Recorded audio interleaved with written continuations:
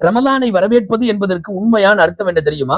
இந்த ஒரு மாதத்தில் வணக்க வழிபாடுகளுக்கான நேரத்தை ஒதுக்கீடு செய்வது, திருமறை ஓதுவதற்கான நேரத்தை ஒதுக்கீடு செய்வது, ஏழைகளுக்கு வழங்குவதற்காக நம்மிடம் இருப்பவற்றிலே இருந்து ஒதுக்கீடு செய்வது, உறவினர்களை நெருக்கமானவர்களை சந்திக்கவும் அளவலாகவும் அவர்களோடு உறவு பாராட்டவும் நேரம் ஒதுக்குவது. இது எல்லாம் புனித ரமலானை உண்மையாக வரவேற்பதற்குள்ள முறை. இதைவிட ஒருபடி மேல் சிறந்த வரவேற்பு என்ன தெரியுமா? பிறை பிறந்த நாளிலிருந்து மீண்டும் பெருநாள் பார்க்கிற வரை நான் எந்த பாவத்தையும் செய்ய மாட்டேன் என்று ஒரு உறுதி எடுத்துக்கொண்டு பாவத்தை விடுவதற்கு ஒரு மனிதன் உறுதி பூண்டால் உண்மையாக அவன் ரமதானை வரவேற்கிறான் என்று அர்த்தம்.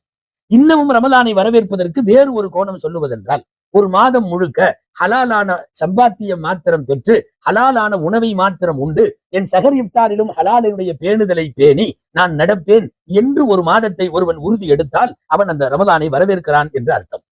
புனித ரமதானை வரவேற்கிற கோணங்களில் இன்னொரு முக்கியமானது, ஆண்டு முழுவதும் இல்லாவிட்டாலும் மிக அதிகமாக நாம் விழித்திருப்பதற்கு வாய்ப்புடைய புனித ரமதானில் தஹஜ்ஜத்தினுடைய 30 நாள் தஹஜ்ஜத்தை நான் நிறைவேற்றுவேன் என்று இந்த துவக்க நேரத்தில் மனதில் ஒரு உறுதி வைத்தால் அது ரமதானை வரவேற்பதாக அர்த்தம். ரமதான் மாதத்திற்கே ஷஹருல் கியாம் என்ற ஒரு பெயர் உண்டு.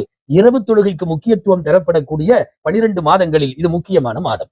இது எல்லாத்தை விட சிந்தனை, புனித ரமதானை வரவேற்பது என்பதில் நமக்கு வரவேண்டிய மிக முக்கியமான அம்சம் என்ன தெரியுமா?